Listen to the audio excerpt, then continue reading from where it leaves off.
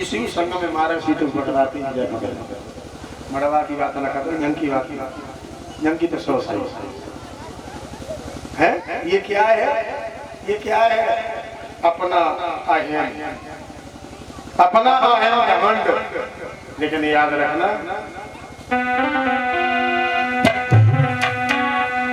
कि क्या हाल कहूँ मैं घर का सुख तो है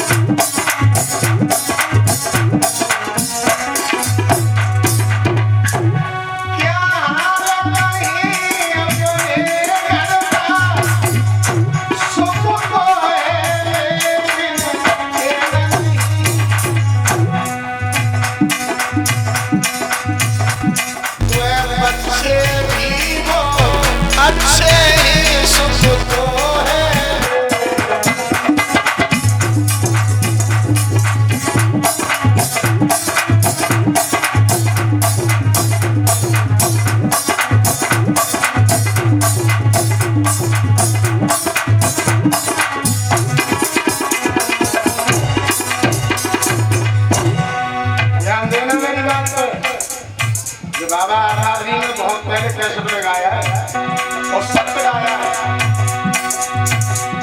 कमरे भी तो भाई पकड़े ही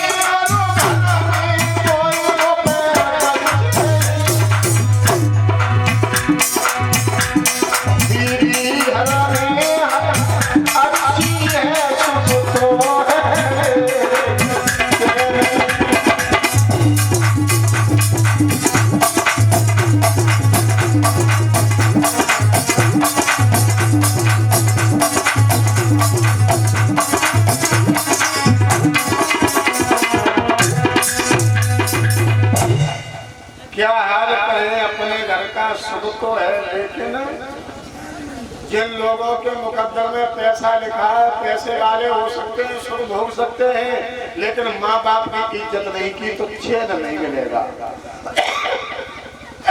कभी चैन नहीं मिलेगा। क्यों नहीं मिलेगा? कि गोस्वामी तुलसीदास ने लिखा है कि पहलो सुख निरोगी काया, पहलो सुख दूजो सुख घर में माया, और तीजो सुख सुलक्षण नारी, और चौथो सुख सुख अज्ञा।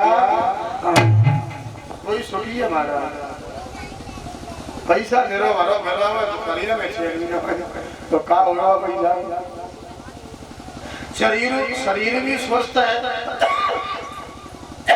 और पैसा ना का होगा जो शरीर है। शरीर भी अच्छा है, पैसा काफी है, और घरवाई कर भी लगी ना बूढ़ी अम्मा पाँच बड़ा पैसा नहीं खाए। तो भाई एक बंदियों खाली में निकल दिया, सफड़ी लाइन में नाम आने ना केला बोले चाउमीन वो खाए, सोची खाए तो बाबा को पार ना पड़े, मतलब कुठला भरे खाम खत्म कर दे। और दवाई अच्छी है, ध्यान देना। मुख्य बात पे आ जाइए कि सब कुछ अच्छा है और लला आज्ञाकारी ना है तो आपको पशु अच्छा।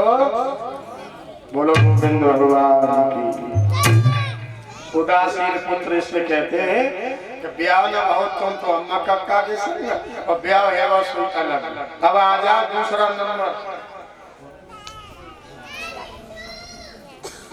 दूसरा नंबर है शत्रु पुत्र, दुश्मन। पिछले जन्म का पैदा हुआ 18 साल 20 साल का भाव, सोई बांस की पनेरिया कटवाई थी बड़ी, और गांठ भाटे छील के तेल पिया के सदर, और जो बाप वाला कुछ मुंह चला होता दही पीने में होगा का कहता है फिर भैया लला भला ना पैदा भाव दुश्मन पैदा भाव, तो पिछले जन्म का दुश्मन नहीं। नंबर 3 आता है अनुबंधी पुत्र, ऋण अनुबंधी पुत्र। ऋण माने कर्जा, अनुबंधी माने पिछले जन्म का। बेटा के रूप में आया, 18 11 12 13 साल का हुआ, बीमार पड़ गया, जितना कर्जा खा के आए थे आगरा दिल्ली तक ले गए, लाख 6 लाख 5 लाख 10 लाख खर्च करवाया, और फिर भी वो लड़का तुम्हारा नहीं हुआ, तुम्हें छोड़ के हुआ। ऐसा कभी इसी को कहते हैं ऋण अनुबंधी पुत्र। चौथा नंबर आता है सेवक पुत्र। चाहे बाप सन को सूत कर दे, चाहे सूत का सन कर दे, वो बेटा अपने माँ बाप की सेवा में जीवन विचार देता है, इसे कहते हैं सेवक पुत्र। ऐसे लली लला वहाँ दिया लेकर ढूंढे जाए तो जब दुनिया में एक या दो ही मिलेंगे और ज्यादा नहीं मिलेंगे। अब देख लियो लली लला कैसे मोह खाओ करने वालों को खराब करेगा। ये प्रकार के चार बेटा मैं काम कर बुराई करूँ तो घेर लीजिए बेटो। अब आप अंदाज लगाए लेकिन मेरी रणबंदी है क्या शस्त्रु है क्या उदासीन है क्या सेवक पुत्र। पर एक बात जरूर कहूंगा, चलते चलते मेरे जो नौजवान बैठे इधर और भी बैठे हैं, दुनिया को भूल जाना लेकिन माँ बाप गुरु को मत भूलना। कभी दुनिया में आपकी हार नहीं होगी, ये मेरा तुमसे वायदा है, आपकी जीत होगी। मन से गुरु और माँ बाप को मत भूलना, दुनिया को भूल जाना। क्यों? माँ बाप पहले सुनने माता पिता को जिनकी को के लय अवतार, दूजे सुनने बुरा पने को जिनने भूलो तो। गुरु गोविंद दोनों खड़े किनके लागे, बलिहारी न गुरु न की गोविंद दये। तो जब माँ बाप गुरु को नहीं भूलोगे तो परमात्मा तो तुम्हारे यहाँ रहेंगे ही। सात खंड नौ दीप में गुरु से बड़ो न कोई, वो दाता करे न कर सके गुरु करे सोई। सबसे बड़ा गुरु। तो गुरु और माता पिता को हमेशा याद रखना है मेरे नौजवानों। बस ये मेरे बात को तुम लकीर बना लेना, आपकी विजय होगी। जहां भी जाओगे आपकी विजय होगी। ये भागवत साक्षी है, इसकी कसम खा के कह रहा हूं। हाँ, चलते हैं कथा की तरफ। गांगदेव घर में हैं, दो बेटा पैदा हुए हैं राजा शांतनु के यहाँ, चित्रांगद और विचित्र भी। महाराज शांतनु का देहांत हो गया, 3 लड़कियों का हरण किया, अम्बा अंबिका अम्बालिका। अम्बा अंबिका अम्बालिका दोनों बहनों की शादी दोनों भाइयों के साथ कर दी। अम्मा ने कही शादी करने के लिए तो गांगदेव ने मना कर दिया। परशुराम से कहा तो परशुराम से युद्ध हुआ, गांगदेव ने परशुराम को पराजित कर दिया। तो परशुराम ने एक ही संकल्प किया कि आज के बाद हम क्षत्रिय वंश को विद्या नहीं सिखाएंगे। बोलो गोविंद भगवान की जय। गुरु को कहोगे ना खाओ, ध्यान रखना। हाँ, अम्मा ने शरीर में अग्नि को प्रकट किया, अग्नि से जलने लगी, आवाज लगाई है अम्मा ने भी।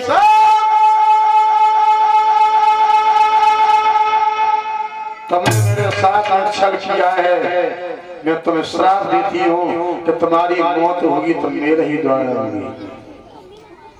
भीष्म पितामह ने कहा मंजूर है। यही अम्बा जन के राजा द्रौपदी के यहाँ द्रौपदी का भाई शिखंडी बन के पैदा हुआ। आगे मिलेगा। उसके बाद में राजा वो दोनों भाइयों को राजा बना दिया गया। भीष्म पितामह सोच रहे मेरी मैया अकेली है तो हम मैया के पास रहे। मैया को कथा सुनाते हैं, भगवान का चरित्र दिखाते हैं, लीला सुनाते हैं, राजा महाराजों की कहानियां सुनाते हैं, यानी मैया का मन बहलाते रहते हैं, मैया का ध्यान पिता की तरफ नहीं जाने देते। ऐसा देख करके दोनों रानियों के मन में मनसा पाप हो गई। माता बहना तुम बड़ी सोने की, पर एक ही कभी तो कान की बात अच्छी जी, हकीकत बात है। मनसा पाप बढ़ेगा, सोचने लगी ये भूखा, ये तो घर से बाहर ही नहीं निकलता। एक दिन अपने पति से बोली सुनता ना, सुनता ना, तो अनसुनी कर दे। फिर बोली सुनता ना, फिर अनसुनी कर दे कि सुनता ना।